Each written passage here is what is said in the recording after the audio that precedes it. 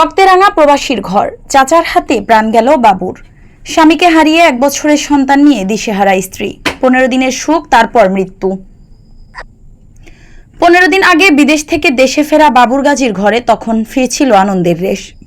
কিন্তু এক বিকেলে রক্তে রাঙা হয়ে গেল সেই ঘর। বাবু গাজী, যিনি ওমান থেকে ফিরে এসেছিলেন প্রিয়জনদের বুকে, প্রাণ হারালেন নিজের আপন চাচার হাতে। পেছনে রয়ে গেল 1 বছরের ছোট্ট সন্তান মুসলিম আর ভাঙা হৃদয়ের স্ত্রী রেখা বেগম, যিনি এখন হতভম্ব, অসহায়। বাবুর মা তাসলিমা বেগম একমাত্র ছেলেকে হারিয়ে বাকরুদ্ধ হয়ে বসে আছে।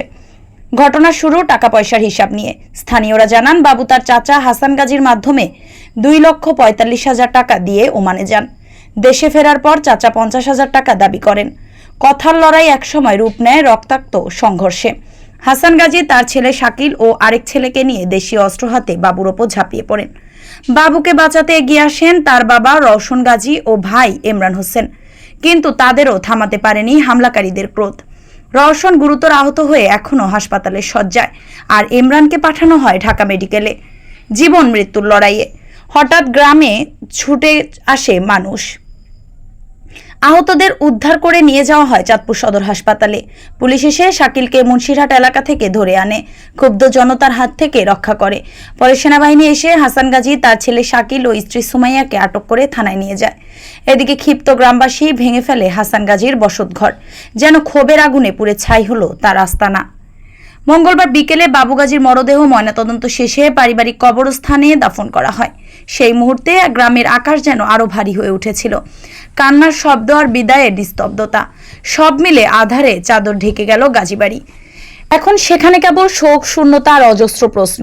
বিদেশে বছরের পর বছর পরিশ্রমের পরে ঘরে ফেরা বাবুর জীবনের শেষ অধ্যায় কি এমন হওয়ার কথা ছিল? বাচ্চা নিয়ে আমি কি করলাম? আমার বাচ্চাটার কি হবো স্যার? আমার বাচ্চাটার বাবারে মারি ফেলাইছে স্যার। আমি আমার বাচ্চার বাবার খুনের বিচার চাই। আমি আমার বাচ্চার বাবার খুনের কারো কাছে কিছু চাওয়ার নাই।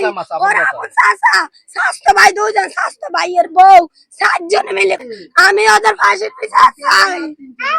আমি ওদের ফাঁসি চাই। বাবুর মা কথা কইতে পারেন? বাবুর মা, বাবু কথা কইতে পারে। আপনার মেয়ে ছেলের যে মা মেরে ফেলছে, আপনার বিচার চাচ্ছেন? চাই, বিচার চাই, বিচার চাই।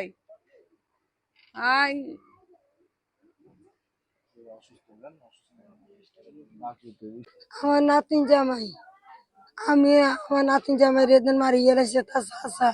আমি সুস্থ বিচার চাই, আমি হাসি চাই। আমার নাতিনের কি উপায়? আমার ওখানে নাতিনের ঘরে গৌতিন আছে, এই যে মোড়ে 1 বছর গিয়া, ইজের কি উপায়? আমার হুতে কদ্দুরানি কাম করে, খেতি জিরাত করে, এ খায়।